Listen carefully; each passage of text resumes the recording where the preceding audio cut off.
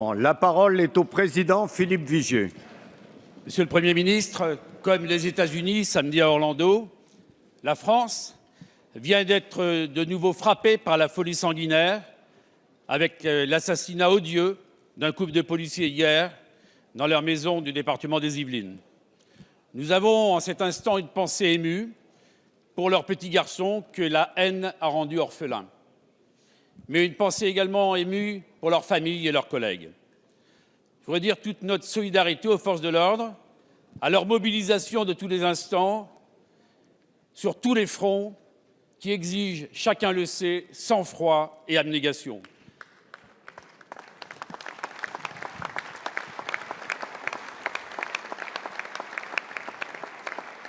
Face à l'horreur du terrorisme, il nous faut agir sans attendre. Et je tiens à vous assurer, Monsieur le Premier ministre, du soutien que nous apportons à Bernard Cazeneuve et aux mesures qu'il a annoncées ce matin, notamment la possibilité donnée aux policiers de rentrer chez eux avec leurs armes de service. Mais nous devons également tirer les enseignements de l'enquête en cours, dont les premiers éléments laissent penser qu'il y aurait eu des failles, puisque l'assassin avait été condamné pour association de malfaiteurs en vue de préparer des actes terroristes. Monsieur le Premier ministre, notre groupe a toujours répondu présent, sans esprit de polémique, chaque fois que vous avez pris des mesures pour assurer la sécurité des Français. Et je vous pose cette question avec le même état d'esprit. Êtes-vous prêt, comme nous l'avions demandé, à prendre des mesures fortes de restriction de liberté, allant jusqu'à la détention, pour neutraliser les individus qui se trouvent sur notre sol ou qui voudraient rentrer en France et qui représentent une réelle menace terroriste? Je vous remercie. Merci, Monsieur Vigier. La parole est à Monsieur le Premier ministre Manuel Valls. Monsieur le Président Vigier, hier soir, vous l'avez dit, 2 policiers, 2 courageux serviteurs de la nation ont été lâchement assassinés, victimes du terrorisme islamiste. Et comme vous, une nouvelle fois, j'ai une pensée, bien sûr, pour Jean-Baptiste Salvin et Jessica Schneider. Il y a l'émotion, ne doit pas passer, l'effroi, car un cap dans l'horreur a été franchi. C'est le domicile, l'intimité même d'une famille, d'un couple de fonctionnaires de police qui ont été prises pour cible. Et toutes nos pensées vont vers les victimes, leurs proches, vers ces enfants qui devront grandir sans leur père et sans leur mère. Nos pensées, Monsieur le Président, vont aussi, dans ces moments-là, il faut le rappeler avec force, vers tous les policiers, tous les gendarmes de France, toutes les forces de l'ordre qui ont, une fois encore, payé le prix, celui de leur vie. Et oui, nous leur devons solidarité et nous devons nous rassembler autour de ces forces de sécurité.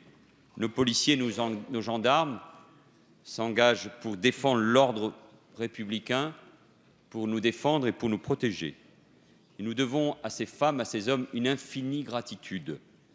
Et moi, je n'accepte plus, je le dis, avec force ici dans cet hémicycle, les mises en cause permanentes de ces hommes et de ces femmes qui risquent notre vie pour notre liberté.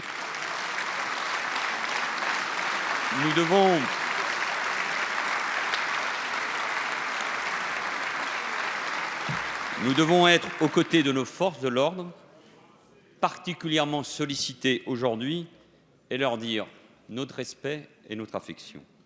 En 2 jours, à Orlando, après cette attaque terroriste terrible et homophobe, à Magnanville, de manière différente, une même idéologie de mort est passée à l'acte, avec les mêmes convictions: tuer, semer la terreur, contester ce que nous sommes et nous empêcher de vivre librement.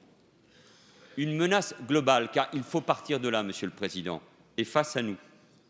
C'est pour ça que j'avais évoqué la fin, pour nos sociétés, d'une forme d'insouciance. Cette menace globale réclame de notre part de la maîtrise et du sang-froid. Le combat sera de longue haleine. Il se mène aussi bien dans les zones de guerre, en Syrie et en Irak, où aujourd'hui l'État islamique recule, mais est toujours là. Il se mène aussi sur notre sol. La radicalisation est un phénomène massif.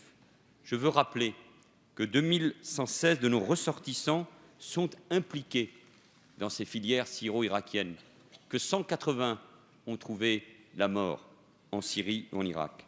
Rien que dans notre pays, 9500 individus ont été signalés à la plateforme nationale. C'est donc la société tout entière qui doit se mobiliser. Et c'est le sens du plan d'action que j'avais présenté encore il y a quelques semaines avec le ministre de l'Intérieur. Notre première arme, c'est le droit pénal et c'est la légitimité de l'état de droit. Poursuivre, incarcérer et mettre hors d'état de nuire tous ceux qui s'engagent dans les filières.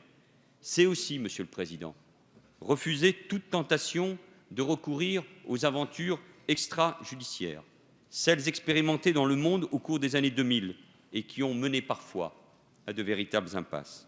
Il faut mettre tous les moyens, en revanche, dans l'action répressive et agir contre la radicalisation, partout bien sûr, en milieu carcéral. Et c'est mobiliser aussi les familles, les services publics sociaux, c'est mobiliser donc, je le répète, toute la société. Actuellement, car il faut être précis, ce sont 295 dossiers judiciaires qui concernent 1216 individus qui sont ouverts à la Direction générale de la sécurité intérieure. Ces 15 derniers jours seulement, le ministre de l'Intérieur aura l'occasion de le rappeler, 16 personnes soupçonnées d'activités terroristes ont été interpellées et présentées aux magistrats antiterroristes. Beaucoup a été fait, tirant les leçons des attentats de ces 3 dernières années, en termes de moyens, de lois antiterroristes, de moyens donnés au renseignement, et puis bien sûr avec la mise en œuvre de l'état d'urgence. Tout doit être fait et tout doit être évidemment examiné avec la plus grande attention en fonction de ce que nous dira également l'enquête. Le procureur Molins s'est exprimé il y a un instant.